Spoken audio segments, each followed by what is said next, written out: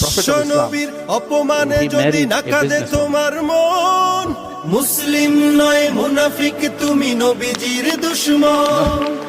ইউনূসের একটা বক্তব্য মিডিয়ার মধ্যে তোলপাড় চলছে। ডক্টর ইউনূস উনি আমার রাসূলের সাবি মোবারক নিয়ে তিরস্কারমূলক বক্তব্য দিয়েছে। এই বক্তব্য তিনি মসনদে আসার আগে নাকি পরে আমরা তা জানি না। আমরা তাই জানি, আমরা মসনদ চাই না, রাসূলুল্লাহর মুহাব্বত চাই। আমরা ক্ষমতা চাই না, রাসূলুল্লাহর ইজ্জত চাই। এই প্যারা রাসূলের শানে যেই বক্তব্য উনি দিয়েছেন, উনি জাতির সামনে পরিষ্কার করবে কেন দিয়েছিলেন। যতক্ষণ জাতিকে ক্লিয়ার করবে না, সুন্নি জনতা ততক্ষণ মাঠ ছাড়বে না।